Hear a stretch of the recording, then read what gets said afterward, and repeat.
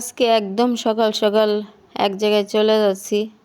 তো বাসার থেকে নাস্তা করি নাই, ভাবলাম হোটেলে নাস্তাটা করে নিই।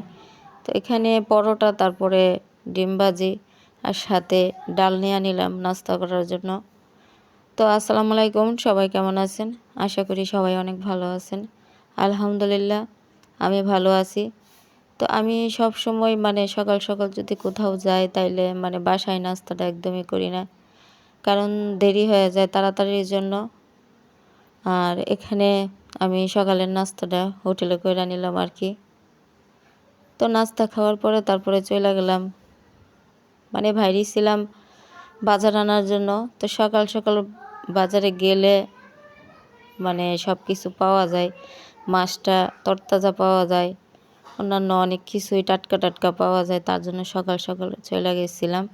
আর আমি একটু গেছিলাম, আজকে একটু দূরেই গেছিলাম, তার জন্য বাহিরে নাস্তাটা করে নিলাম। আর এখানে মাছ নিয়ে আসলাম, ট্যাংরা মাছ, তারপরে এগুলো হয়েছে কিচকি মাছ। তো কিচকি মাছটা হয়তো বা মোবাইলের মধ্যে তেমন বোঝা যাচ্ছে না, কিন্তু মাছটা কিন্তু অনেক সুন্দর ছিল, একদম টাটকা ছিল। আর এগুলো হয়েছে সিম, আর সিমগুলো অনেক সুন্দর ছিল। আর এত দাম সিমের কি বলবো, অনেক দাম। আর এখানে টমেটো নিয়ে আসছি, অনেক রকমের সবজি নিয়ে আসছি। তো আমি একসাথে সব সময় গেলে একসাথে বেশি করে কিছু সবজি নিয়ে আসি, তো আস্তে আস্তে এগুলো রান্না করি আর কি। আর এখানে এই যে পাতাটা, এই পাতাটা হচ্ছে মেষ্টা পাতা। তো এই মেষ্টা পাতাটা আমি ভর্তা বানাবো। এই পাতার ভর্তাটা আমার কাছে অনেক ভালো লাগে। আর সাথে মুরগি তো নিয়ে আসছি, আর এটা হচ্ছে বিলাতি পাতা। তো রাসান গাছের পাতাও বলে, বিলাতি পাতাও বলে। আর এই যে ট্যাংরা মাছগুলো আনছি, মাছগুলো কিন্তু অনেক সুন্দর ছিল, একদম টাটকা ছিল। আর সকাল সকাল যাইলে কিন্তু অনেক সুন্দর মাছ পাওয়া যায়। আর এখন কিন্তু আমি মাছগুলো বানাই নিতেছি। তো আমি সবসময় মাছ বানাইলে ছালি ছাড়া কেন জানি একদমই বানাইতে পারি না, ছাই ছাড়া। তো এগুলা কিন্তু অন্য আরেকজনের বাসার থেকে নিয়ে আসছি, যারা চুলায় রান্না করে তাদের এখান থেকে নিয়ে আসছি। আর বাসায় কিন্তু তেমন একটা ছালি পাওয়া যায় না, ছাইটা পাওয়া যায় না আর কি। তবে যারা চুলায় রান্না করে তাদের এখান থেকে আবার পাওয়া যায়। তো সবাই তো আর চুলায় রান্না করে না, তার জন্য নিয়ে আসলাম।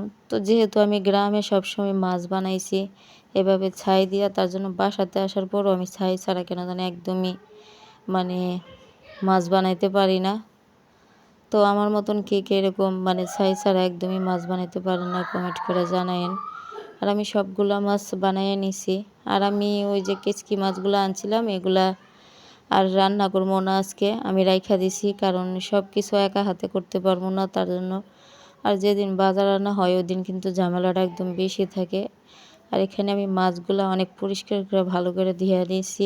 আমি কিন্তু একটা ধোয়া দিইনি, আরও অনেকগুলো ধোয়া দিচ্ছি। আমি সব সময় যতক্ষণ পর্যন্ত মাছ দিয়ে সাদা পানি না বাইর হইব ততক্ষণ পর্যন্ত আমি ধুইতেই থাকি, কারণ অল্প ধোয়া আমার কাছে একদমই ভালো লাগে না। আর মাছ যতই ধোয়া হোক না কেন তারপরেও কিন্তু ঘোলা পানি বাহির হয়, তারপরও আমি অনেক বেশি করে তারপরে ধোয়া দিই। আর যেহেতু মাছ আনছি তো কিছু তো রান্না করতেই হইব, তার জন্য টাটকা টাটকা মাছ রান্না করার খাওয়ার এটা মজাই একটা আলাদা। সাথে সাথে মাছটা কিন্তু একটা অন্যরকম মজা লাগে। আর এখানে আমি ট্যাংরা মাছটা ঝোল করে রান্না করে নিতেছি, সাথে আমি একটা ডিমও দিয়ে দিছি, কারণ এই মাছটা আমার একা খাইতে হইব, আমার মেয়েরা খাইব না। আর আমি কিন্তু এই যে মশলা বাজারগুলো আনছিলাম, মশলা বাজারগুলো কিন্তু আমি নামাইতে পারি নাই। মশলা বাজারগুলো আমি রাতের বেলা সন্ধ্যার সময় বাজারগুলো নামাইছিলাম, তো যা যা আনছিলাম। আর এই ভিডিওটা কয়েকদিন আগের ছিল, তো ছাড়মো করে ছাড়া হয় না, আজকে ছাড়লাম। আর এখানে যা যা বাজার নিয়ে আসছি, তো সবসময় যদি একসাথে বাজার করা হয় তাইলে একটা মাস নিশ্চিন্তা চলে যায়, আর কোনো টেনশন করতে হয় না। তার জন্য আমি সবসময় বাজার করলে একটু একসাথে করার চেষ্টা করি, একসাথে করলে আর এগুলা নিয়ে কোনো টেনশন করতে হয় না। তো সবাই ভালো থাকেন আর কি, আমার জন্য দোয়া করেন। ভিডিওটা যদি ভালো লেগে থাকে তাইলে একটা লাইক কমেন্ট শেয়ার করে দিন। আর এতক্ষণ যারা আমার সাথে থেকে ভিডিওটা দেখলেন তাদেরকে অনেক অনেক ধন্যবাদ আমার সাথে থাকার জন্য, আমার পাশে থাকার জন্য।